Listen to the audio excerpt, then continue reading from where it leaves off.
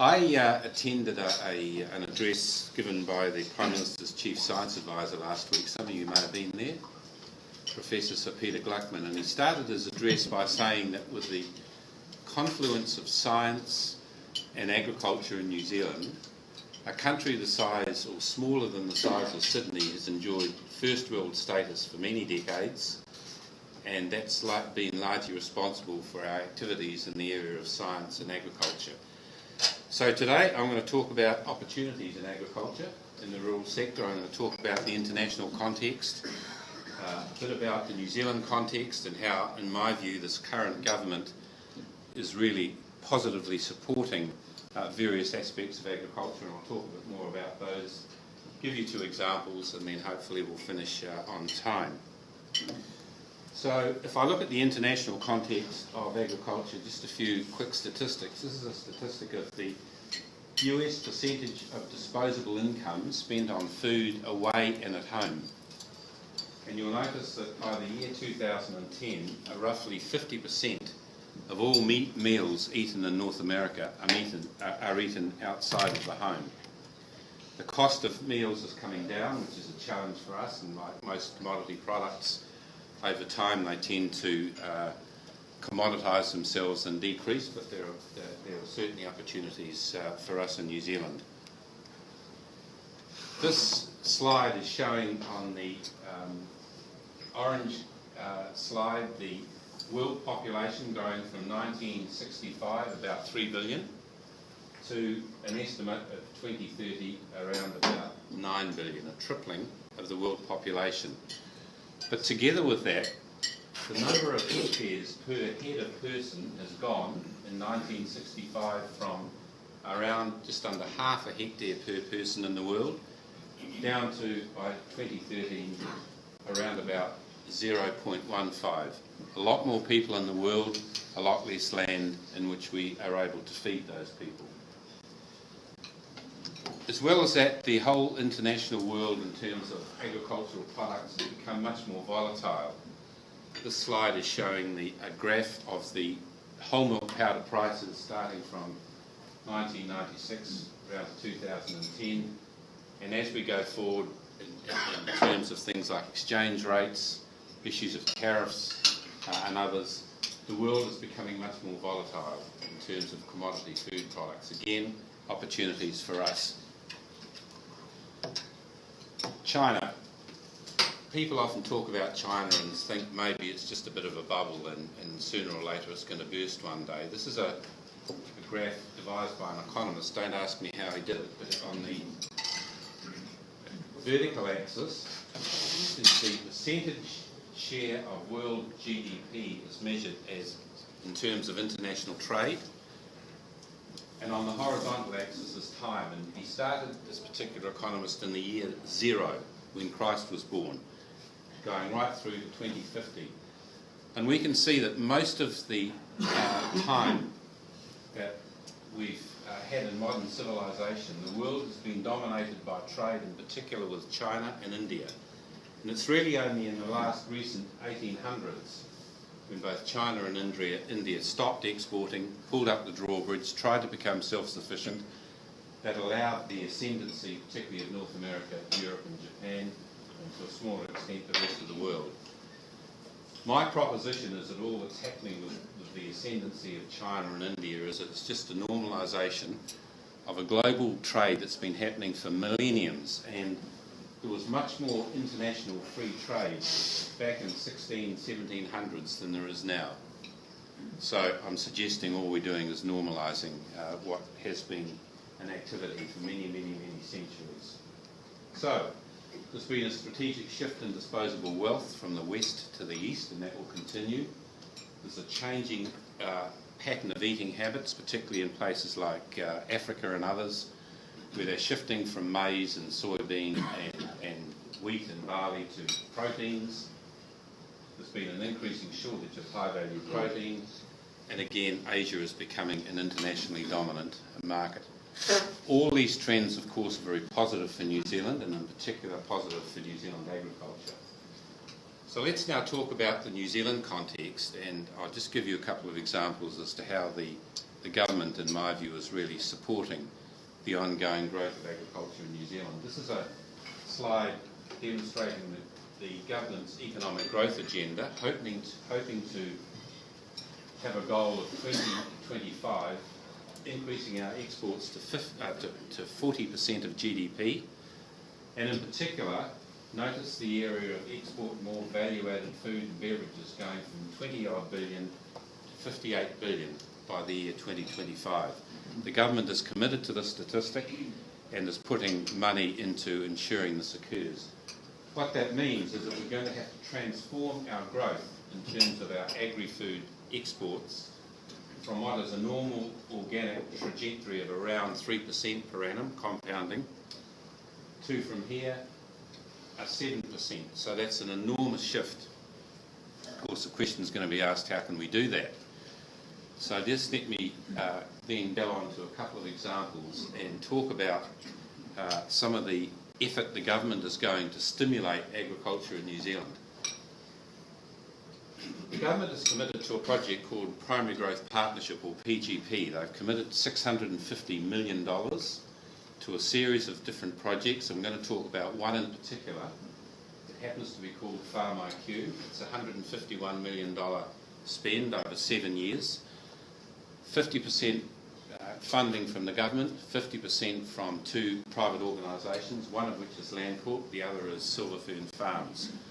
So that's $151 million to be spent over 7 years, but it is only part of a much greater agenda the government has in an investment of around $650 million of taxpayers' money. So the big picture for Farm IQ is to create a demand-driven integrated value red meat chain which delivers sustainable returns to all participants. NZIAR did some work on this in this particular project, and they estimated that the red meat sector, which is currently worth about $4 billion, if nothing changes, habits remain the same, commoditisation remains the same, no branding, all those sorts of things, that will have shrunk to about $3.5 billion by about 2025. If we can change the red meat sector, and that's a challenge in itself, as some of you in this room will know, the objective is to grow this particular sector by 300.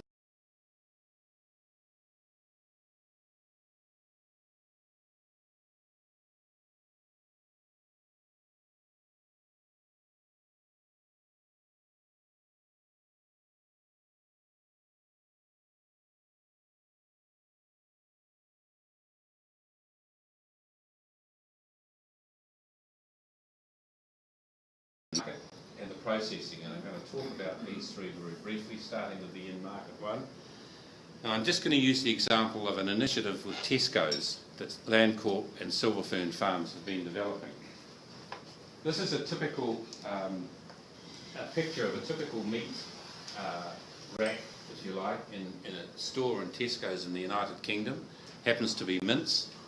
You can see there's no branding in these packets at all. Those labels will read something like Tesco Finest or Tesco Standard or Tesco Budget. The reason for that is that Tesco's want to make sure that the inputs, namely the meat, is sourced from as cheap a source as can possibly be, whether it's from Argentina or Australia or New Zealand or wherever. And if one source happens to become too expensive, they can just substitute that from another source of meat from another country or another processor in the same country. What Silver Fern Farms in conjunction with Landcorp have been doing is starting to put brands in those stores, and for the first time that I'm aware of, a large supermarket chain in the United Kingdom has allowed branding from the place that input product, namely meat, has been sourced from. The reason for that, of course, is that if they wish to use these branded products, they have to use that meat from New Zealand and specifically from Silver Fern Farms, and it locks in that source of supply rather than have Tesco's being able to change it. Why is that important? Well, as we all know, branded products, in fact, can source a premium price because of the labelling, because of the name on the brand, and this is the price points that have been followed with this branded product in Tesco's versus the up and down supply-driven source of meat in non-branded products. Let's talk a bit about processing, what this Farm IQ is doing in the processing plants where all the animals are killed. We're starting to X-ray every carcass as it goes down the value chain. And this is an X-ray of 2 lambs, same line of lambs, same breeding, same farmer, same feeding. And we'll notice the difference in percentage between the hinds, which are by far the most expensive, the middle, and finally the forequarters, which are the cheapest, of this lamb on your left and this lamb on your right. Same grading, roughly the same weight, and this lamb is worth obviously significantly more than this lamb. And the idea with Farm IQ is to be able to tell the farmer through pricing signals to breed more of these lambs versus these lambs. Another slide, and this is now back on farm activities. This is a scattergram of, on the vertical axis, the yield percentage that these lambs are presenting, but more importantly on the horizontal axis, the growth rate per day of those lambs in the same mob, fed in the same way, and apparently the same genetics. So we're having some lambs down here in the blue are growing at 50 grams a day, and other lambs at 500. 10-fold difference in growth rate of these animals, which are apparently the same breeding. The blue dot is our good old standard Romney. The mustard coloured dot is what's called a terminal sire, and you'll see down here that the terminal sired animals are growing at on average 173 grams a day. The standard sires of Romney are growing at 105 grams a day on average. Look at the spread. And if we can genetically decide how we can get rid of these animals and grow more of these animals, think of the benefits that we're going to get as a country.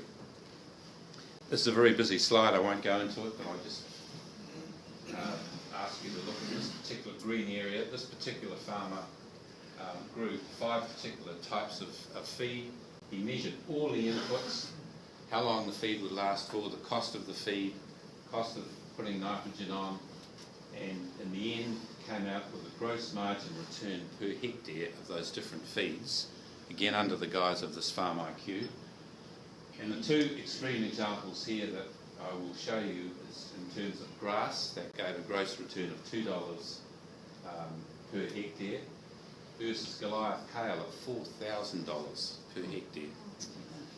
So these are some of the differences we're starting to find as we measure different forms of farming, and of course we're going to focus on obviously a lot more of this sort of input as well. Just like to talk briefly now about irrigation, because this is another area that the government is committed to. They've set up a Crown Irrigation Fund, committed $400 million of government money to subsidise some of these regional irrigation schemes and get New Zealand on a higher trajectory of growth to reach that magical target of $60 billion by 2025. Can I just start on the irrigation issue by saying New Zealand does not have a water shortage problem. It does not have a water shortage problem. Of all the rain that falls on New Zealand, 4% is collected and used. 96% just flows out to the sea and is completely wasted. So our issue is not a water shortage problem, but a water storage problem. And let me talk to you now about some of the schemes that are going, but a couple of statistics first of all. This is a graph of the arable land, the number of hectares per capita of population on this particular country. And you'll see, of course, it's dominated by Australia, a huge country, very few people, lots of land. The problem is there's bugger all waterfalls on it, so it's not really helpful. But New Zealand here is around sort of the middle of the pack. But this is the interesting statistic. It's the number of millions of litres per capita that falls on each of those particular countries. And you'll see Australia down here at 22. And New Zealand's way ahead of everyone by a country mile of just under 76. So we don't have a water shortage problem, but we need to learn ways of storing it. And there are lots of irrigation schemes that are being developed, and these are some of them down here, the number of hectares. and the first water flow is expected, but combined these figures add up to about 300,000 hectares of land which is currently non-irrigatable, which could potentially be irrigatable. What's the impact of that if we can get all those schemes over the line? Well, by 2025 we can increase GDP by nearly 1%. It generates an additional $2.1 billion of farm production over the current status quo. And it equates to $4 billion in total exports by the time we add on the processors, the marketers, and the distribution lines.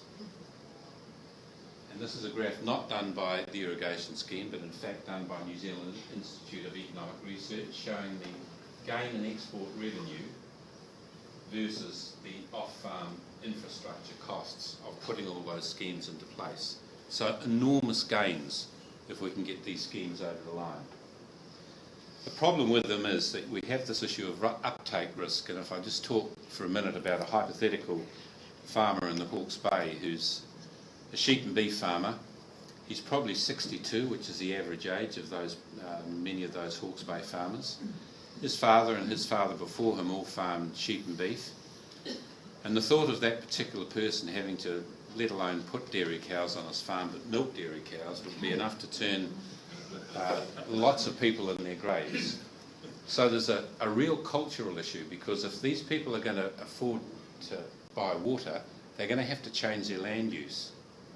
They're going to have to go away from what they've been used to for farming for generations. And so we have this big potential uptake risk of where it sounds a good idea on paper, it looks good, but it's just going to be too hard for me. And that's where the government's going to consider stepping in, have a shortfall, short-term funding of some of these schemes, and the Rotary one was the one I referred to, and then fund it going forward. So, what are some of the opportunities? I've talked about water. Great opportunities for us if we as a country can embrace that. There are issues. The Green Party are not terribly enamoured with the whole issue of irrigation. They see more irrigation as meaning more animals, as meaning more pollution, as meaning more dirty rivers, as meaning more all sorts of other things. There are ways around this in my view, but we have to come to terms with it and get a grip on this whole issue of irrigation. Technology transfer and training. The uptake of many initiatives coming out of universities and other organisations is pathetic in the farming area. Many opportunities are there. Farmers just seem not to want to take them up. My father did it before me, his father did it before him, there's nothing wrong with it, I'm fine. So the whole area of technology transfer and training, Landcorp spends around $1,500 per head per year on training of all their staff. And I won't go into the issues of training ag students through universities or other tertiary education institutes, but big opportunities here as well. Productivity increases. There's no doubt that the opportunities for productivity increases on farm are enormous. We used to measure stock units per hectare. That's just literally the number of animals you put on your farm. And over time we started to chronically underfeed all our animals. I'm talking about dairy cows, beef cows, sheep and deer. And they started to underperform. We're now talking about kilograms of product per hectare, having less animals on the farm, growing more, and generally having better profits at the end of it. Better feeding techniques and of course genetics as well. Value chain integration I talked about, and finally R&D. And through the PGP and other initiatives, the government's certainly committed to raising the bar in terms of the R&D spend in New Zealand. I just finished by saying the other comment Sir Peter Gluckman made the other day was that while the Crown is investing money in R&D, the input of R&D by private companies in New Zealand is one of the lowest in the Western world. It's less than 1%. Many other countries like Israel and Norway and others are significantly above that, and that's certainly an area where Sir Peter Gluckman suggested that we can do much better. Assisted with the government funding, get more spending on R&D, and in my view, huge prizes at the end of that in terms of agriculture. So, sir, I think that's about my lot. Happy to take questions. Yeah, that's a really good question, Roger, and let me start by saying most of the successful irrigation schemes have only got off the ground when the existing farmers have on-sold their properties. They just can't make that cultural shift from sheep and beef to dairying. So then that leads you into succession planning. The other problem we have is that many farmers' sons and daughters are now in Sydney and London and all over the place, and the issue of succession planning is a real problem. I think, whether we like it or not, corporate farming is going to increase. Why do I say that? Many of these farmers, our theoretical Hawke's Bay farmer, will only be able to realise his wealth in that land when he sells it. His sons and daughters aren't terribly interested in buying it because they're having a great life as accountants or lawyers or wherever, somewhere else in the world. And it's going to be left to someone else, like a corporate farmer, to take over and take that farm over and then utilise the water, then get more profits and then start the whole cycle over again. So whether you like it or not, corporate farming is going to increase, in my opinion.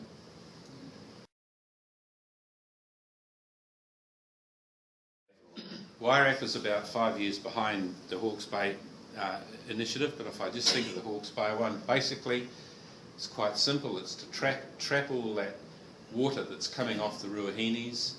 Instead of flowing out to sea, build a bloody great big dam, store it in the water and use it in the summer. That's in its simplistic form. So what are the negative issues? One is earthquake risk. The dam could burst and the city of Waipawa could flow out to sea.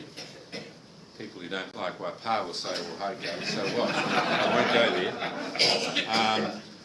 Others are saying, and this is a more cogent argument, more water means more productive land, means more animals, means more nitrogen, means more phosphorus, means more poisoning of the lakes and the rivers, blah, blah, blah.